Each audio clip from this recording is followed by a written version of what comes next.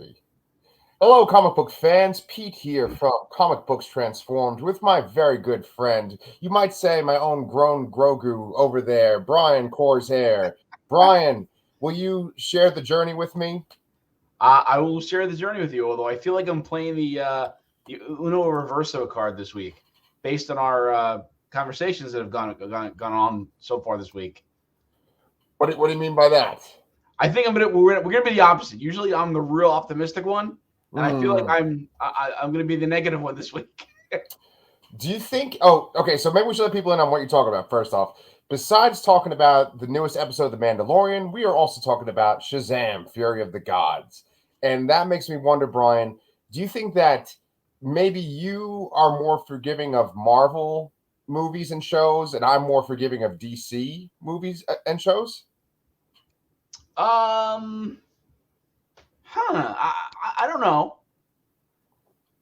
No, because I mean, didn't when we ranked our everything we reviewed last year, I'm pretty sure I had this pretty high. You didn't have it as high, so. Oh yes. I don't know if it necessarily extends to shows. I think maybe you're more critical of things, and I'm just less critical of things, I guess. I'm happier to accept what I have usually, I guess, and you want things to be better, I suppose. That's a good way of putting it, man. And for those of you that are wondering what Brian said when he said this, he wasn't talking about like, oh man, I was gonna make a rude joke, but anyway, on his shirts he's got Peacemaker like kind of walking across like it's Abbey Road, right? Yeah, he's doing fun doing the dance moves from the intro. Yeah. So we're going to talk about SHAZAM, and SHAZAM's been getting ravaged by like critics, and it's also what do you call it? Like doing pretty poorly in the box office. I think it's going to be released on HBO Max pretty soon, right? I haven't heard the exact time frame, but yeah, it did have like the worst opening of any DC movie yet, which is kind of scary, actually. That's crazy, right? Like even worse than like Birds of Prey. Yeah, I think so. Oh man, I felt like no one saw that movie either. Wow. Okay. Well, Birds of Prey also had that weird. Wait, no, Birds of Prey was in theaters. But was that when did that come out? Was that post pandemic? Was that? Yes, post pandemic. Yeah. It got delayed because of the pandemic. Yeah. So I think that had an effect on that too. I really liked that movie though. Ditto. And speaking of which, Brian and I are going to rank all the DCEU films that have come out since Man of Steel in 2013. All the way up to SHAZAM, which just came out, this month. So before we get into that DC talk, though, let's talk about The Mandalorian, episode 20. Wait, no, episode 4, which is Chapter 20. Thank you, sir. It's called The Foundling. So right off the bat, I'm going to just say this episode's awesome. No? I don't know. I'm going with my which I didn't think was going to happen, but I'm going with my Andor ruined Star Wars for me. Oh no. I guess I'm expecting more. This felt kind of like a filler episode to me. There's some cool things in it. There's some action in it. There are some things that I feel like I can speculate on that I'm excited about, but combined with how I felt Andor was and with how good it was, combined with what we've said in the last week, what Mr. Sunday said that the Mandalorian is an idiot. I can't help but just seeing this entire crew of Mandalorians as a bunch of idiots now. Oh my God. Now it's infected them, huh? They're all idiots now? Yeah, I also saw I saw like someone made like a funny like TikTok or Instagram reel or something where it was this episode out of context. It was all scenes from previous media, and one of them was like Adam West Batman walking up on the rope on the building, and oh God, what were the other ones? Just all like cliche things that happened in this episode. The climb of the mountain, the can't wake the baby birds, the someone getting spit out of the mouth of the big creature. What was that from though? What was the reference in that? I don't remember. But Anaconda? There's a part where John Voight maybe it was Anaconda. Maybe it was Anaconda. Yeah. Maybe I have to watch it again while we do this because I think Kristen sent it to me. But like I felt like it encapsulated everything how I felt about the episode. Honestly, Wow. also Okay. like the what was it the Grogu scenes the flashback that was really cool. That was a nice connection. It was cool to see Ahmed Best, who played Jar Jar Binks. It was cool to see that he was connected, that he was playing his character from the Jedi. Jedi Temple Challenge. Yes, I was going to say Jedi Hidden Temple. Yes, It was close. cool that he was playing that character and they've incorporated that. But it's like, why did that scene be triggered by the armor making armor? Like, why? Because they're flashing lights. Like, why? Like the connection there bothered me so much. Wow. Like the scene itself was cool and the backstory was cool, and I get that we don't have a character that talks, so it's hard to get into this kind of stuff and how to present it. But like, it was like a huge disconnect to me for putting that in that spot in the episode. Wow. Okay, so I mean, this has come from the guy that just said that I'm the critical one out of the two of us. Yeah, that's what I'm saying. This is Uno Reverso Day. We're flipping it up. Okay. Yeah. Well, okay. So let's unpack a few of the things you said there. First off, you were talking about how like the Mandalorian can be an idiot, and then we were joking about it sort of infecting all the other Mandalorians. They're all kind of idiots, right? And I think that's so interesting because that's sort of said about Boba Fett in general, right? Like Boba Fett looks cool, and people like him because of how he looks and how he acts in Empire Strikes Back. But then in Return of the Jedi, he gets taken out like a chump. And it's weird because like that sort of has like transferred over to this whole race of people 100%. that they all look like him, right? And so yeah, look, I have problems too when they go to rescue this kid. There's a whole bunch of goofy things that happen in this episode. However, I want to point out a few things behind the scenes before we go into it. I want to point out that Carl Weathers directed this episode, and so I think he did a really fantastic job. He made a stew out of it. He made a stew out of it. There you go. I mean, there definitely were different ingredients that he mixed together. It was written by Jon Favreau and Dave Filoni. Okay, now you mentioned Ahmed Best. He was Jar Jar Binks, and now he's Kelleran Beck, right? But we'll get into the Kelleran Beck stuff in a minute. What I wanted to say though was that, like, let's just go to the Mandalorian camp part, okay? So, let me say one positive thing before we get into this. Actually, okay, go ahead. The title, The Foundling. You mentioned that before, and I should have said this earlier, but I kind of like the dual meaning of the title. One's a little more obvious when you're thinking about the episode, and one's a little less obvious. But say through the last episode, the convert and the foundling. So the convert, you could either apply that to Dr. Last episode, what was his name? I forgot his name. Dr. Pershing. Or Bo-Katan. Right. Who seems to be converting back to, the way. Yeah. In this episode, you can kind of see the Foundling as either Grogu, who's, really starting to train with the other Mandalorians, or the child that was taken by the giant bird thing. Good point. That's a very good point. I actually didn't even think about that this whole time. Okay, well, there's always like these kind of parallels too, right? It's interesting just with Grogu being there, right? Because Grogu is essentially a Jedi in training that's now been taken under the wing of Din Djarin, and he's going to become a Mandalorian if Din Djarin has his way, right? And there's all these parallels between Jedi and Mandalorians in this show, where essentially like the Jedi and the Mandalorians were both powerful before the Empire, and then the Empire wasted both groups out. Like they wiped them both out completely. The Mandalorians, though, were like kind of more villainous before the Old Republic, or like in the early days of the Republic, and they, I guess, got kind of reformed. And then right by the time of the Clone Wars, what we see in the cartoon is we see them try to like have this kind of resurgence of being like these badasses, and like they want to be warriors. They want to join the Clone Wars. And there's a group that leads this charge. They're called Death Watch, and they're in the season 2 of the Clone Wars. And I know I mentioned this in the notes and on a message to you too, but I think it's so interesting that Jon Favreau is the guy who is in charge of Death Watch, Pre Vizsla. Like, what do you think about that? That is interesting. And that whole thing is that I mentioned before how I can see some kind of theories I have, and it heavily relates to that Clone Wars season 2 and the characters there. And I have to give credit where it's due. I got this from Star Wars Explained, or no, maybe it was Comic Book Resources, but the idea of who the armorer could be. And the armorer could be a character called Rook Kast, who is in season 2, who is in the Clone Wars, and was a Mandalorian that was a part of Death Watch, that was, and was under the command of essentially Darth Maul and one of the other major characters, whose name I can't remember off the top of my head right now. Yeah.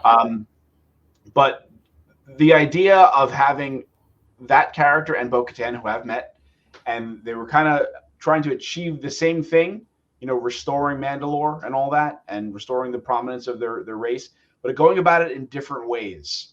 And then having them come back together here in this show, I just think that's too much of a coincidence. And I think that's kind of a cool way that they could take this season. Okay. Wow. I didn't even know about that. I'm just at the beginning of the Mandalorian plot in season 2 of Clone Wars. So okay. I haven't even gotten up to the part where like Darth Maul comes in and kind of takes over too. So I know that does happen. It's really interesting how the Sith and the Jedi and the Mandalorians all kind of like overlap with each other, and it just kind of continues to happen. Like even in like Empire Strikes Back, you have like Boba Fett with Darth Vader, right? Yeah. And then what's the most interesting part, and maybe this is another reason why the sequel trilogy is just not as good, is there isn't any kind of Mandalorian presence in the sequel trilogy, right? True. Yeah. But you referenced Star Wars Explained. A lot of the information that I got that I'm going to talk about today, I got from Star Wars Explained. But I also want to give reference to one of my favorite Star Wars channels, Eckhart's Ladder, and that's where I learned all the stuff about Kelleran Beck and Ahmed Best and characters that he played.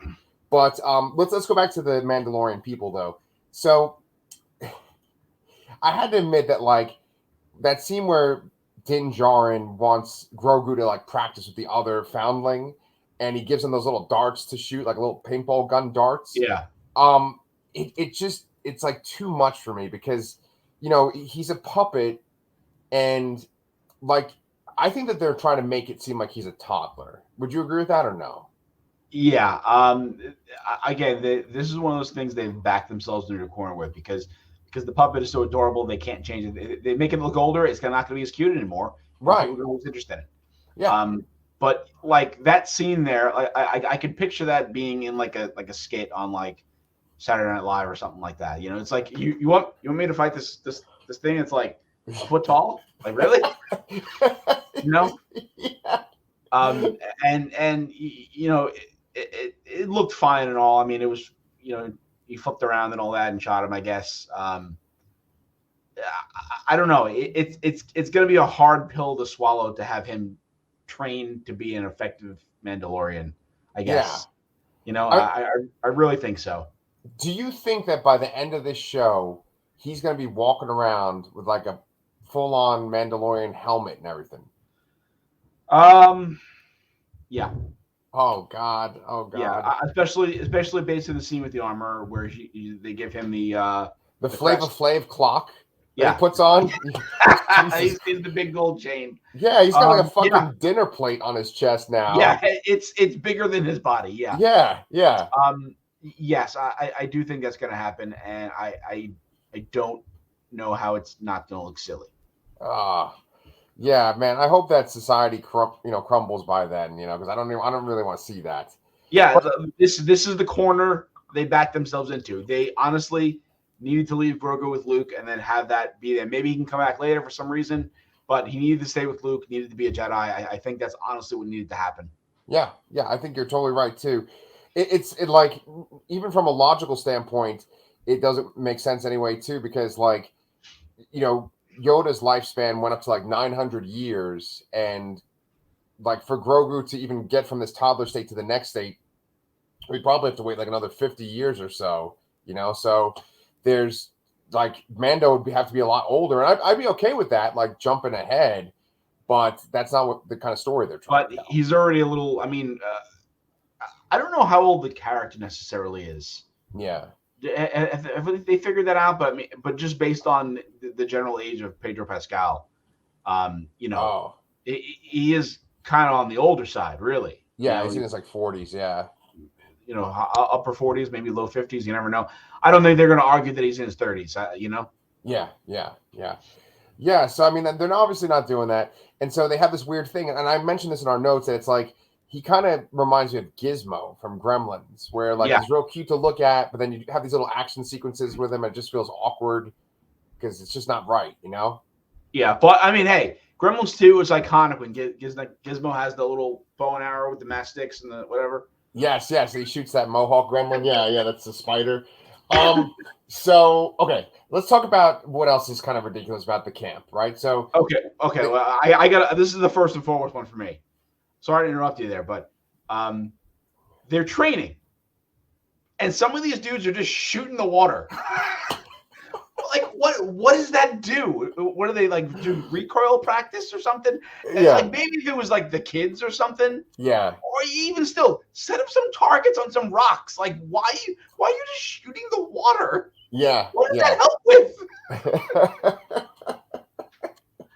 Well, I don't know, man. Maybe they were trying to find that big dinosaur thing that's in the water. I don't know. But no, you're right.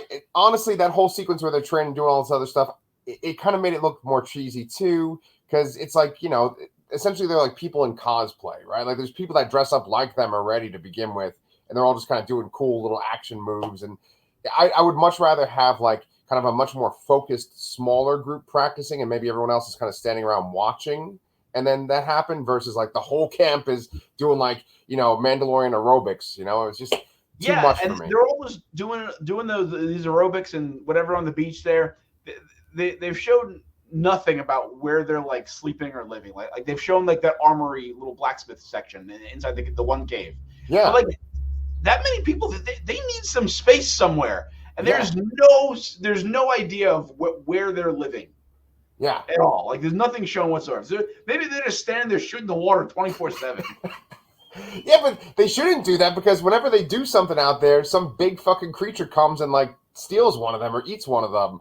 Yeah, and then like, you know, where are they getting all this ammo from? I mean, like, you know, they're shooting their flamethrowers. Like that's got to be burning fuel. I mean, maybe you could argue that, you know, laser bolts are infinite or some crap like that. But I mean, you know, they're just sitting there wasting shit on without any practical application of it. Yeah, dude, like, I don't know. I'm gonna shoot your flamethrower at you. Like they're literally shooting each other with flamethrowers. Oh man, I'm really convinced that they're all idiots. Oh man, well, yeah, I mean, but yes, you're 100% right that they look cool, and that's what Boba Fett was. He was something that looked cool, and that he didn't necessarily really do anything. I still think that the show looks cool. I still like the show. Yeah, you know, the style is there, but like they need to make them do some like cooler things, like be a little bit better, I guess, in general. Like be a little more adept at something. Like you see Jedi's like, you know, going crazy with all kinds of stuff. And like, you know, I'm at best. He, you know, countering back, he grabs the lightsaber. He's doing, you know, dual lightsaber moves. Like that looks cool. You know, I mean, I don't think you need to have them doing that, but let them hit a freaking target. You know, like let them do something cool. Right. Well, all right. They kind of do a few cool things after they get attacked by a Shriek Hawk. And the Shriek Hawk is something that's in Star Wars lore. It's been in the expanded universe. And in this, it's in the canon universe too, because it's actually the symbol that Death Watch uses. And it's the symbol of House Vizsla. So once again, like Jon Favreau, it's like connecting to his original role in that original storyline.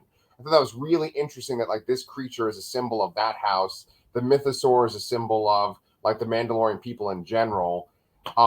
And so this creature, like I was talking about before, just swoops down and grabs this kid. And here comes another problem. We sound like we're complaining about this a lot, but you know, I'm going to say positive stuff about the Jedi part. It's weird that like it took so long for this creature to try to consume this boy. You know? Yeah. Yes. So essentially, everyone flies off. Not everyone. A good chunk of people fly off on their jetpacks trying to chase the guy. Yeah. but they were all run out of fuel. Yeah. And they all look ridiculous landing. Every single one looks ridiculous landing. But it's like, oh, we're out of fuel. And again, brings me up to the point of like, where are they getting all this fuel from? Yes. But Bo-Katan, only brain amongst the entire bunch, gets in a ship and follows her. And maybe everybody else doesn't have ships. Okay, whatever, fine. Yeah. But she comes back. So this kid is with his bird for like a full night, overnight. Yeah. And then when we finally do see the kid, he's being regurgitated by the bird. Yes. So, I mean, is that a callback of Boba Fett and the Sarlacc or something like that? Like, oh, like he's got a helmet on. He can live in his stomach with that stomach acid. I think so, like, yes. Like that thing, that kid would have been eaten by now. Like, there's no way that kid would still be alive the next morning. Yes. Look, I agree. With that being said, when the creature kind of made that noise and it like spit him up, that did shock me at first. When I first saw that, I was like, "Oh shit!" Yes, it did, but it wasn't a good kind of shock, honestly. No. Also, he was completely like spotless, like he was clean. Like put some slime on him or something like that. Put a little wear and tear on the helmet. I don't know. Yes. Well, he is the son of a guy who's a Vizsla too. So we have yet another Vizsla that's around, and they even have that symbol on them. It's kind of ironic that he was getting eaten by a Shriek Hawk, and that's their family crest, right? So, that is the thing that a lot of people were complaining about, was like how long it took for them to wait to get the creature.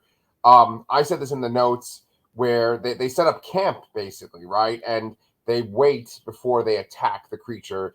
They go through the whole night before attacking it. And I was thinking, like, why don't you attack it at night? It's gonna be sleeping. You probably have night vision on your helmet, right? And I don't know. I guess like it just looked more dramatic during the day to have it during the daytime, right? I guess. Yeah. My son's there, but I'm gonna wait and see if maybe they won't eat him. Maybe they haven't saved him for breakfast. Right. And that's he lucked out with that. That's exactly what they did. Yeah. So let's shift gears and then go to the Jedi part, because I think that we could probably both be in agreement that part was good, right? Yeah, that was cool. That was a nice tie-in to Order 66. Nice callback, nice tie-in with the Jedi Temple show, and again, just more redemption for Ahmed Best, who took too much of a beating for Jar Jar Binks, honestly. Yeah.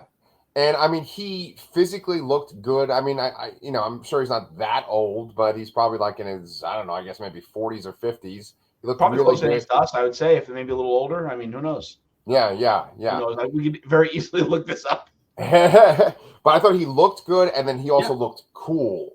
Like he has a shot where he like walks in the elevator door opens, the lift opens or whatever, and he comes out. Then he's got those two lightsabers.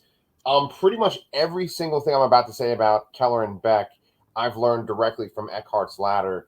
And first off, Keller and Beck's nickname is the Sabered Hand. I think he pretty much demonstrated how good he was with the lightsaber. Ahmed Best also played a background character named Ahmed Beck in that bar scene in the Clone Wars. Do you remember that scene? Not in the Clone Wars, Attack of the Clones. Yes. Right? And so that character in the expanded universe stole one of Padme's ships, one of her Naboo ships that are all silver and stuff. I just thought it was a really cool touch that, like, Keller and Beck took a Naboo ship to get away. Yes, that's a nice little Easter egg tie-in, absolutely. And that's why, like I said, this was a really cool scene. Is the only thing that bothered me was how they got to it. Yeah, right. Yeah. You're like, why was he having flashbacks like that? But it kind of showed how scary the clone troopers were. They're scary in that sequence in Revenge of the Sith, but in this, it's like you get away from them, and then they're in a troop transport, and then they're like jumping out, and it just keeps going, and then like that troop transport's gone. Well, here comes another one, and it's just like this relentless force. And I think it kind of showed that just with the numbers, they could overwhelm the Jedi. Yeah. And we saw a little bit of that with the episodes with Ahsoka and Tales of the Jedi as well, when she's training. When the clone troopers would attack her, and that's why she kind of built up that defense. Yep. Yeah, that's probably what ended up saving her life. Yeah. During Order 66. So that scene is like right in the middle. And then, did you have anything else you want to say about that scene? No. Okay. So, last but not least, I wanted to go into just the one last thing, which was that I was surprised when Shriek-Hawk puked up the little boy, but then I was also surprised when Bo-Katan told the armorer that she saw the mythosaur. Were you surprised? Yes, and this is ultimately the reasoning why I think that the armor is that character I said before. God, I can't remember the name of it. Rookcast. It's because I don't think she realizes this yet, but I think she will. And I think just them talking about the mythology of everything and her being accepted there, and it seems like Bo-Katan's given the old college try here. I was originally thinking that she would be more of a villain, Bo-Katan, trying to take over, but I think she's going to be kind of the heroic side, really. Yeah. And that the armor is going to be potentially exposed as being someone from Death Watch. Okay. Well, that's interesting. That's real interesting. Whoever is the voice actor for the armorer does a fantastic job. I believe it's Emily Swallow, who is the actress that's actually portraying the character. Yes, Oh. great voice. Yeah. Yeah. Her voice is just so great because it's like strong, but it's like feminine too. It's this great, I don't know. She's just able to do so much with saying so little, Yeah, and one of the more striking costumes as well. Obviously, it's Yes. like it really stands out. Yeah. So okay, we're up to episode 4. Is there 8 episodes of season 3? I believe so. So we're about halfway through here. Halfway through. Okay. Cool. Well, unless you have anything else you want to say about Mandalorian season 3, episode 4, you're good? Yeah. I hope. I just to sum up what I've been saying, just let them do cool stuff. Give me some political twists and turns here. Just give me something that's not the Mandalorian and the Mandalorians are idiots. Give me something more, please. Okay. Well, hopefully we'll get something like that. I'm assuming that they're going to do something with Carl Weathers' character, because I think they're going back to that planet. I keep talking about how there's that one shot of them all jumping out of the transport and landing with their jetpacks. True. I think that's his planet. Yeah, so it could be. And give me an answer on the whole IG-11 thing. Oh yeah. Like, it seems completely dropped. It seemed like a big focus, and I guess they don't need him for that purpose. But it was just a weirdly placed callback that was a little too prominent, I guess. Yeah. It makes me feel like it's supposed to still come back somehow. Yeah, maybe it will. I could see, like, at the very end of this season, he's like fully rebuilt. And he like saves them when they're facing some sort of big bad, and then it's kind of like, oh well, we used to have Boba Fett and IG-88, now we have Din Djarin and IG-11. Yeah, is motley crew. So with that being said, let's move on to Shazam: Fury of the Gods. It's the 12th film in the DCEU. James Gunn has made it sound like these films might still connect to the DCU, but I'm kind of skeptical of that. What about you? Yes. So I watched an interview with David F. Sandberg, and he said that essentially James Gunn said that they don't, the movies as they are don't really interfere or contradict what they're planning. Oh, which is interesting, because I would figure, I guess this is really all going to depend on what happens in The Flash.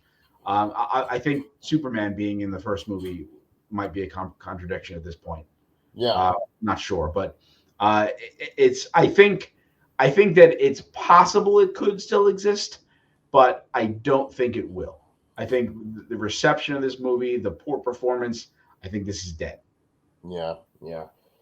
Speaking of which, it's been trending on Twitter a lot. A lot of people have been talking about it. I wrote these notes like a day ago. I didn't notice the thing with who the fuck is the guy that plays Shazam? It's Zachary Levi. Thank you so much. Zachary Levi had a video. Did you see that video today? Which one? I've seen a lot with him lately. Oh shit! He had this one video where he was talking about that they were going to have a scene that was going to connect with like Hawkman and yeah. Yes. Oh, you did see that scene. Okay. I do know about this. Yes. So the first end credit scene. So I guess we're talking spoilers here. Let's just let everybody know. Full on spoilers here for Shazam: Fury of the Gods. Yes. The end credit scene with Harcourt and Economos was supposed to be the Justice Society themselves, but it kind of got nixed last minute. They were able to get them. Peter Safran was able to call and make some calls and get them to show up on very short notice to kind of still keep the spirit of the scene. Yeah. But it's a little bit lesser, I guess. Like, it would have been cooler to see Hawkman there, I guess, than it would have been to see Mark Economos. Dude, I feel bad. I didn't even stay to watch like a post-credit scene or anything like that. Oh, there were two. There was two? There was two. My God. Yeah, okay. So essentially, I'll tell you what they were. So the first post-credit scene is Shazam is just at some like gas station in the woods, like some abandoned gas station, just shooting lightning bolts. I don't know why. And then they walk up and they're trying to recruit him for the Justice Society. Hey, at least he's not shooting at the water, okay? He's not randomly shooting lasers at the water. Target practice, at least. Practical application. Yes. And then they try to recruit him for the Justice Society, which is, I guess, under Waller's command, in a sense, in this universe. The second scene, which I both laughed at, but it kind of made me angry too.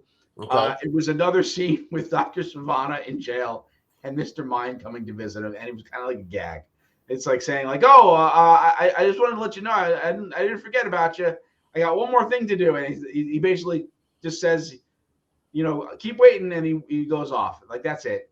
And it's kind of funny, but at the same time, it's kind of like a huge letdown. Yeah. It would have been like there have been plenty of things that they haven't followed up on in other movies, and they would have been fine left it alone, I guess. But especially knowing that there's probably not gonna be anything else. Yeah.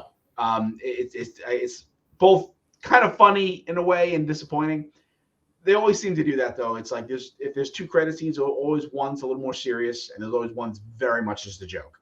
And this was the one that's very much the joke. Okay. Shit, I kind of wish I had seen him now. So all right, let's just cut to the chase. You didn't like this movie? I didn't hate it. It's a middle of the pack movie, sort of. Okay. I have some problems with it, I guess, but I can see why people weren't interested. I can see people not being satisfied by it. There's some like weird disconnects in it. It's a little too long. There's a little bit. Sometimes there's too much going on, I guess.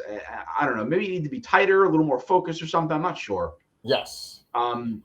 There are some cool elements of it. I definitely think so. But ultimately, just the knowledge of everything changing in DC probably just turned people off. People weren't really just excited about it, I guess. And I guess ultimately, if my son and wife didn't want to see it, we weren't going to review it, I might not have seen it. Okay. Well, I agree with you 100% that it's too long. There's a few sequences in the middle in the second act where it's basically just sort of like moving pieces around. Like at one point, something's in the Rock of Eternity, then all of a sudden it's at the Garden of the Gods or whatever you call the God area in this movie, right? And it kind of goes back and forth. They're like characters are kidnapped, but then they're brought back. Or characters are depowered, then they're powered again. That happens all in the middle, and it makes it feel long because, like, by the time you get to the actual true conclusion, you're like, all right, let's just finish this up. Whereas I think that what happens in the conclusion, let's put it this way: the way that the villains are defeated and what happens, I feel is satisfying. But then to have like the character die, which we're just jumping right into fucking spoilers, and then it's like, okay, well he's dead, but then we're just gonna bring him back like 2 minutes later. That's kind of lame in itself too. But right. What I would say, and we'll get to that too in a second, but just to kind of backpedal, I feel like this movie has maybe one of the best Superman sequences I've seen in a modern film. When the Shazam family is rescuing the people on the bridge, that was giving me like Superman feels. Did that give you anything like that? Yeah, like the plane scene in Superman Returns. Yeah, which was pretty much the best scene in that movie. Right. Yeah, no, that was a good scene. It was, I guess it was a setup to show that they're kind of like floundering and screwing up. They don't really exactly know what they're doing with these powers and all that, but they are helping people, I guess. I mean, I laughed when the bridge collapsed, but. Yeah, it was. I didn't love it, but I didn't hate it either. Okay. Well, with that sequence, right? You're right. It's kind of showing how they goof up, but I felt like it also showed that they kind of have fun and they enjoy using their powers. Like it kind of showed that like this family really likes to like do this, that they enjoy being superheroes, and you got to see kind of each of their individual personalities. I liked when the girl, I pretty much don't know any of the family members' names or any of their superhero names. I just know that. Well, they don't have names. Well, I mean, they have names. They don't have superhero names, I guess. Right, because, right. You know, like I know that like Freddie Freeman's alter ego, he calls himself like Captain Every Power. Captain Every Power, right, right. Which he was great. He was great. But you know, when the littlest girl, like she just saves the cat and then like doesn't save the people in the car, like I love that, right? Yep. And you know, and they're playing I Need a Hero, and like when Shazam saves that woman in the car, he's like, "This is the song you're listening to? Like, this is perfect." You know, I thought that was a great joke. I love that. The movie's directed by David F. Sandberg. He directed Lights Out. He directed Annabelle Creation, which is like the second best Annabelle, and it's like way better than the first one. He's also in this movie. He gets picked up by a harpy and like dropped at the very end. But what I was gonna say was, I feel like that the beginning of that sequence was an homage to I think it's Final Destination 2, or no, maybe it's 3, where the bridge collapses. I think Final Destination 2 is when the truck, there's like that thing on the highway. Okay. And then the third one is when a bridge collapses. But it very much reminded me of Final Destination 3. Okay. Yeah. I mean, yeah, he's got the horror influences, and you do feel that in the movie, you know, with the opening scene with the gods. Yeah. With what were their names? One was the gods Hespera and Calypso. Hespera and Calypso, yeah. Yeah. And then, the opening scene with them in the museum. That was a little terrifying. I mean, that has some horror influences there, some zombie like spell going on there. Yeah. Calypso sort of infecting people with her, like she almost has like poison whispers, and they spread them to each other. Yeah. I thought that was great. It reminded me of the demon sequence in the first movie, which was like way scarier than something you would expect in the movie itself. You know? And yeah, when they eat the executives. Yeah. And so with this, I think that's just really effective to have this like opening sequence where the villains do this like terrifying stuff to innocent people, and it just like it keeps going. It's not like they just do like one power and then it stops, or one power and they cut away. Like they have that one guy from Schitt's Creek who's the tour guide, and they like kind of scare him, then they turn him into dust, and they like shatter him too, or they turn him into stone and then they shatter him. You know, so it just kind of keeps going, and I think that's. You kind of need stuff like that to make the villain seem intimidating. And I can't think of a lot of examples of current movies within like the past 10 years where the villains were like really intimidating. Can you think of any? Well, see, I think they were really intimidating from that scene, but I don't think they held that up across the entire movie. Yeah, I agree. And I think that they had stuff that was scary. The idea that they could like just steal your powers, and they stole some of their powers, that in itself was scary, or at least there was that sense of danger, right? Yeah. But then all that kind of going back and forth, where it's like they capture Hespera, then she escapes, and you know that kind of going back and forth. That is what takes that feeling of threat away. I think. I agree. Yeah. What do you think of Djimon Hounsou? I thought he was good. I was surprised to see him in the movie, to be perfectly honest. In the present, I thought maybe we'd see him in like a flashback or something. I like him a lot. I think he's an underrated actor. I don't know if I would have ever pictured the Wizard being like that though. Yeah, I do generally picture him as an old man, sort of like like a crotchety old man, you know. Yeah, but he seems to be rather youthful. Again in this, which I think was interesting, I guess. Yeah, they made him the Wizard Shazam, because that's his name is actually Shazam too. The Wizard in DC Comics, they made him look kind of like this version of the character in the New 52, and that was before the first Shazam movie came out. You know? Oh, okay. So, like, I guess they just took inspiration from that. It was like right when the New 52 began, they showed him and some other wizards. Did he have like the pimp outfit too? No, I don't think he ever made it to that point. I don't know what happened to him in the comics, but yeah. He looked awesome at the end. I think that he's an underrated actor as well, and he's got these great comedic chops, but he's also just great at like kind of conveying this sense of like being tormented or this sense of like something bad's gonna happen. Like he's just really great. He was nominated for an Academy Award twice, and one of those times wasn't even Amistad. Yeah, what was the other one? Blood Diamond? Blood Diamond was one of them, and then the other one was, I think, like I don't know, but it wasn't Amistad. That's the part that blows my mind. Oh, okay. Yeah. Okay, so then let's talk about Freddie Freeman for a second and Anthea. Did you like that part of the movie? Freddie kind of stole the movie, honestly. I think. Yes, he was a really great focus of it, and we see a lot of both. Well, we see a good balance of Freddie and Captain Everypower, Adam Brody, but we definitely there's a lot less of Billy Batson this time around, I think. Yes. But Freddie was really good. It was a really good kind of emotional center of the movie, I think. Yeah. And I liked his story a lot. I thought Rachel Zegler was good as Anthea. Her powers were interesting. I'd be curious to know how they work and what was actually going on there and whatever. But I have to say, like, that was who was supposed to be Batgirl. And and I had never seen her in anything before.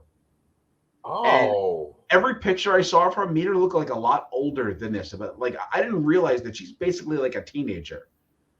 And I'm also curious of the timeline of Batgirl and this, of when they filmed and all that, and how that came about, or how they were going to pass off two different characters played by the same person, essentially. I did not know that was the same actress. That's crazy. Yeah.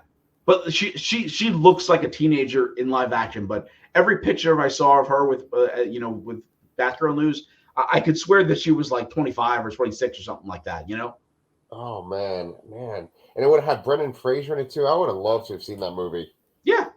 Dang. Or maybe not. Who knows? Maybe it really was that bad. From what I'm hearing, man, I'm hearing that Aquaman is really, really bad. Have you heard that? I've seen that headline too. Yeah. Yeah, I'm worried because the first Aquaman, it's fun, but it's pretty fucking stupid.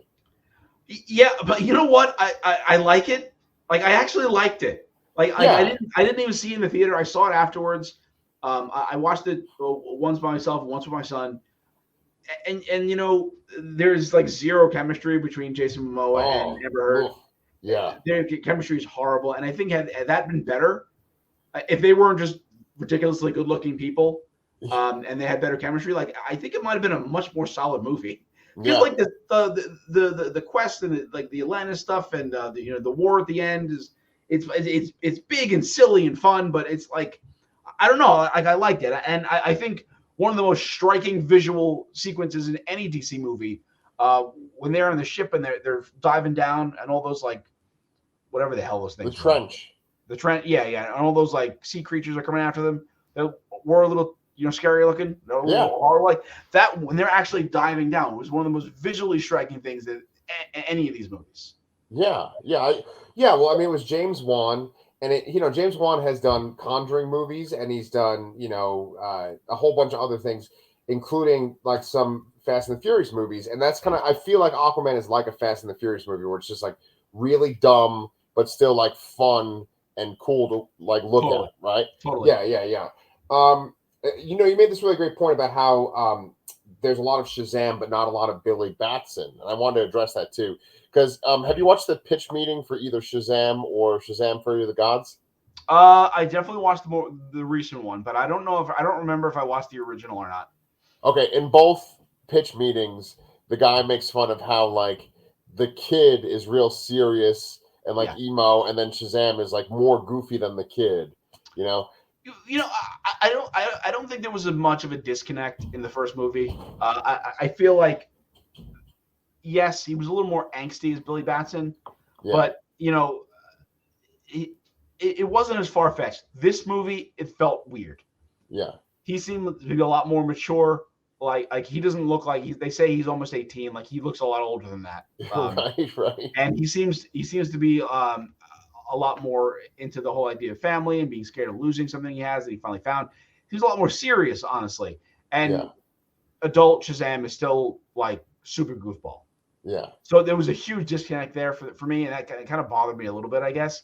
Yeah. Not that I think it wasn't funny. Like Zachary Levi is funny as Shazam, but the just seeing less of Billy and seeing Billy is more serious, and it was just very, very different, and maybe made me feel like they weren't the same character. Everyone else felt like the same character still. Right. Yeah. All this. Go ahead. Oh no, you go ahead. No, I was gonna say I think that all the Shazam family members did a really great job, like the kid actors and the adult actors. In particular, what is it? Adam Brody is the one that. Adam Brody, yeah. Yeah, I love that actor. You know, I haven't seen him in much. I think I saw him in like Jennifer's Body, and I saw him on The OC. Well, I didn't. Man. I didn't watch the OC though. My wife did. I know that you and Kristen liked it a lot. I didn't watch the first season. I came into it in season 2, and I used to laugh that she was watching it. This is back in like 2002 or 3 or 4 or something like that, and I would laugh that she was watching this show. And then one day I sat down and I saw an episode in season 2, and then I became hooked on it, and we watched it until the end. Wow. Well, it just he does a fantastic job. He really does seem like it's Freddie Freeman as an adult. Yeah. You know what I'm saying? 100%. And he has some funny moments too, right in the very beginning too. So one thing that you said, I wanted to just kind of keep going with it too, is that it really seemed like they were trying to do a plot where it's like Billy is afraid of losing his adoptive family, his foster family, and he's trying to keep the Shazam family together. And then the other plot line is this romance between Anthea and Freddie Freeman. And often it kind of feels like the Freddie Freeman plot line is actually the main plot line, and the Billy one is the background plot line, you know? Yeah, I agree. Yeah, good. Not to say that the idea of the arc of Shazam in this movie isn't good. Like, I do really like the idea of it. Is that he's afraid, his human self is afraid of losing his family, and he sees that already happening in his superhero family. Right. Everyone's kind of going off on their own, doing their own things. He's trying to keep them together because he has that fear, and I really think that's a really good arc for it. But it somehow gets like lost in the shuffle, sort of. Right. And I don't think the sacrifice was a good resolution, because essentially what he did was he just solved everything by himself. Like, there should have been the solve should have been working together as a family, you know. And while the sacrifices are noble and all that, it you know, I guess they're trying to show that he's learning the wisdom of Solomon, which should be his primary power in the group, I believe. Yeah. But that message gets muddled across the movie to me, and I think if they would have focused on that a little bit better, I think it might have came out better. Yeah, I see what you're saying. That was a critique in the original pitch meeting too. It was like, oh, he has the wisdom of Solomon. Is he very wise? And it's like, nope, not at all. And they make fun of that in this movie too, where it's like he doesn't seem to be wise at all. And then the wizard at the third act of the movie says, you don't have any wisdom in your head at all, but you have wisdom in your heart. And once you had this power, you chose to share it with your family. And I really like that. Because that was one thing I always had a problem. Maybe I take back my statement, because that was a kind of a good resolution, I suppose. Yeah. Well, that was one thing I just never understood with the first movie, and maybe I didn't even understand with Shazam in general, was it's like he's given all the power, but then he gives it to his peers and stuff, and it's like, wouldn't it be diluted if he gave it to everyone else? You know, wouldn't it be lesser? It does seem like that, and it would have been interesting if they would have kind of, I can't think of the words. My words are leaving my brain. If they would have built upon that, I think that would have been a good foundation for something to show that the powers are diluted. They do sort of show some of the members having like an affinity for certain powers. Yeah. Like, no, is Eugene which one's Eugene? Well, there's like the Asian one that is like, no, that's Eugene. Investigating the doors. The Hispanic one, like he seems to have the strength of Atlas. I would say Darla has the speed of Mercury, all that kind of thing there. Where the others land is a little more murky, I guess. Yeah. Yeah, I agree. I like it. Maybe they kind of shine more with a specific power. I like that. No, I no, like that. Eugene has the power of Zeus because he does focus on the lightning bolts. That's right. Sorry. Oh, yeah, there you go. Good point. Good point. But So, however, I think, and I think this was they didn't give the family much to do in this movie. I don't think, and I can understand how that it's really cramped. There's a lot of characters in this movie to deal oh with, shit, yeah, and a team of 6 people with played by 2 sets of people is yeah, kind of insane to include. yeah, But I was a little disappointed that there was like almost no Mary Marvel whatsoever. I thought they were yeah. going to make something out of the fact that the actress playing Mary was also playing Mary Marvel, but Right, they right. really didn't make any mention of it. I thought that would have been a cool plot line to bring in, especially they're talking about Billy aging out of foster home, and I thought maybe it was like, oh, you're an adult, so you look like yourself now, but they can't do that because then they can't have Zachary Levi and Billy Batson at the same time because he's the name draw for the character, I suppose. Yeah, I'd say so. Yeah, I mean, what's interesting with like the comics, the characters in the comics, right, is that they get to a certain point where they don't even look like little kids anymore, and they just become their superhero selves. Like I think Mary pretty much just looks like Mary when she becomes Mary Marvel in the comics too. And remember she was on Young Justice too Yes, yeah. recently. That was really cool. But I think you make an excellent point about how there's just so many characters in this comic because it's not even like there's just one bad guy too. There's 3 bad guys as well, Bad guys. and I think that's one of the And reasons. the parents too. Yeah, And yeah, God, how do the parents not recognize Mary? Like, yeah. there's not even like a Clark Kent spit curl or glasses or anything. Yeah. And I mean, the parents are just basically there. I like the one part in the beginning when the dad is like counting the marvels or whatever you call them, the champions, and then he's like, "Wait, where are our kids?" And then the kids walked in. I like that little part too. Yeah. But there's a couple of logistics questions I had, which I was wondering. I just kind of want to get your take on them, right? So this movie implies that like at least the Greek gods were kind of held in a pocket dimension or like just cut off from our reality, right? And then like in Wonder Woman and I think some of the other DC movies, the implication is that all the Greek gods have been killed off by Hades, and that like Zeus was like the Ares. last Ares. That's what I mean. Right. And so, do you think that like how did you interpret that? I mean, obviously, it could just be that like the movies don't really match up or the continuity is all messed up. But could it be that like the gods were separated and then Ares killed them all? Because I know that like the gods kind of also returned to help fight Darkseid too. Yeah, this was another one of those really muddy things to me. Yeah. It's to me, it seems like very obviously the comics were birthed in different comic universes and they were eventually combined into DC. Yeah. Especially once Diana had the Zeus is her father kind of background for a while, which I don't think is the case anymore. I think they retcon that again. Cool. But yeah, it seems like the wizard took the powers from the Greek gods, and then there's the Greek gods, for Wonder Woman, and it just seems like, they're Greek gods, so this all sort of works together. But it's a little too muddy, and I don't think it fits together as well as it should. Yeah. The order of events here of how and who is mad at who, essentially. Yeah, it is kind of confusing. I mean, I got confused with the whole idea of like the tree, and then like, well, if we plant the tree here, it's one thing. If we plant the tree on Earth, it's bad. That was kind of confusing to me too. Yeah, so they have the concept of realms here, I guess, and I don't really remember this from DC Comics at all. But so they're saying that when the wizard vanished in the first movie, he just went to another realm, essentially. Yeah, that's where the Daughters of Atlas are from. Yeah.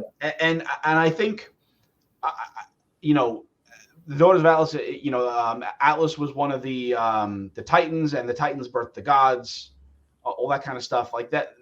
I feel like that the Daughters of Atlas would be mad at the gods, right. not the people that took the powers from the gods. Yeah.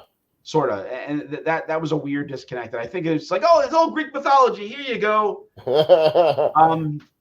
And that was just kind of weird, I guess.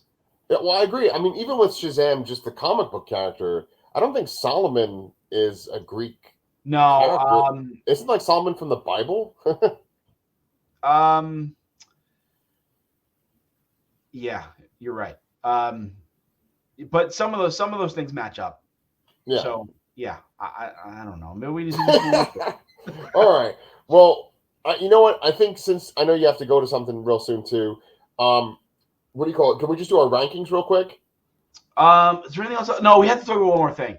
Go ahead. We have to talk about Wonder Woman showing up. All right. Tell me what you think. I first got to talk about the intro of Wonder Woman with the Shazam kind of dream sequence. I did find that funny. Yeah. Oh yeah. Yeah. He looks really weird. Especially the whole kind of meta joke of you just see her from neck down, right? Just like Superman in the previous thing. Right. And then when you eventually see the face, it's the wizard. It's I did laugh at that. Yeah, me too. It was good. I don't know the fact that like, oh, there are no gods left, and then you hear the Wonder Woman music, and it's like, oh, I'm here, and I have resurrection powers now. Yeah. Like what was that? Like that felt like such the weirdest connection to do that. Well, so okay, so I'm kind of confused too. Isn't she a demigod? Don't they even say she's a demigod in this movie? They say that like because she's the daughter of Zeus and Hippolyta. Yeah, and she's able to bring magic back. Yeah, because she's a demigod. Like what does that mean? I think because in the Wonder Woman movie, there's this whole thing called the God Killer, and they think that it's this sword, right? Like Zeus's power is in this sword, and you could use it to kill Ares. But then she finds out that she's essentially the God Killer. So I think that maybe she has the power of Zeus. She has the power of a god, even though she's not necessarily a god. What do you think of that? Fair. It still feels like a really stretching the use of it. And to bring the character back. Like, I don't want the movie to end on a downer necessarily with Shazam and Billy dead or anything like that. But like you even said it, and you definitely enjoyed the movie more than I did.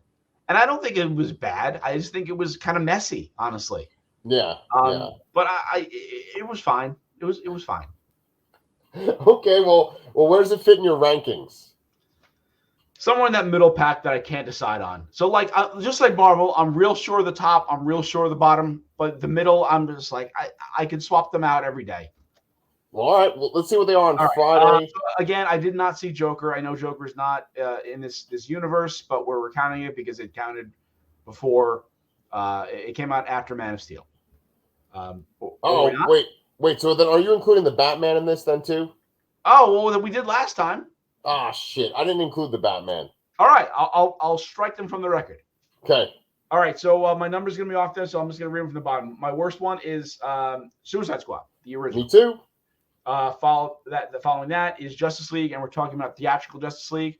Yep. I don't believe we're including the Zack Snyder cut here, right? No. Okay, I would rank that a little bit higher, but not too much. Okay. Next would be Wonder Woman 84. I did not like that movie at all. Next, Batman v Superman. Did not like that movie. Same thing. Those are my bottom rung that are like set in stone, like no doubts in my mind. Yep. Now, this is a bit of a shift. The last time we reviewed DC was Black Adam. And I actually ranked Black Adam kind of high. I dropped it down. But I still have it above this movie. So Shazam! Fury of the Gods is next. Ooh. Then I have Black Adam. Then I actually have Aquaman. Okay. Which I'm sure you saw coming based on how I was talking about it earlier in this episode. Yeah. Then I have Birds of Prey, which I'm sure you saw coming based on my comments in that earlier in the episode. Yes. Then I have Wonder Woman, which I think is a really good movie, but a really crappy third act, which I always have to clarify. Then I have The Suicide Squad. Great beginning, really weird plateau in the middle, and kind of a weird-ish ending, but it works. Then I have the original Shazam. And then I guess this would be number one, would be Man of Steel. Wow. And if I had to throw the Batman in there, it would be above that. Wow. Okay, dude, we are almost point for point, except we're off with a couple. Um, Suicide Squad is 12. Justice League is 11. Wonder Woman 1984 is 10. Batman v Superman is 9. Black Adam is 8. Aquaman is 7. Birds of Prey is 6. Shazam, the first one, is 5. The Suicide Squad is 4. Man of Steel is 3. Shazam! Fury of the Gods is 2, and Wonder Woman is 1. So I think that what I'm taking away, That's not as drastically different as our Marvel rankings. right, but I think that for me, it seems like maybe for my DC movies, I need them to be competent, and I need them to be sort of like where they have wonder, like where it's like there's like kind of like a sense of fun or joy about them. And Wonder Woman 84 is not competent. I think that you think that Wonder Woman is maybe not as competent as I'm putting it, but that one scene where she's coming out of the trenches, that's maybe the best thing out of all these movies. Oh yeah, that's an all timer right there. That's a fantastic scene. And again, the 2/3, the first 2/3 of that movie, fantastic, absolutely fantastic. But just whatever happened in the end of that movie, effects wise, plot wise, I don't know, man. It really just put a damper on my whole experience. Yeah, no, I understand. Well, that's cool though. I'm glad that you were able to make that list. We could compare them. You and I seem pretty eye to eye as usual. Yeah. Cool. Is there anything new that's coming out, or is it just going to be Mandalorian next week? Yeah, it's Mandalorian. Unless you want to talk about John Wick. Oh, I don't even know if I'll have a chance to see John Wick. I don't know if I will either. Because Yeah. I unless we go, Chris and I go see it separately, I don't know how we're gonna do it. But I keep Okay. hearing like really good things about it, and I I know, me really too. was not looking forward to going to see it. Yeah. But I've heard multiple people saying like one of the all-time action movies, like all-time greatest action movies already. And I'm like, okay, that's piquing my interest. Yeah. Yeah. As far as like action movies, the guy that directed, I think he's done all the other John Wick movies, and someone was saying that like he should be like praised as much as like James Cameron or Michael Bay.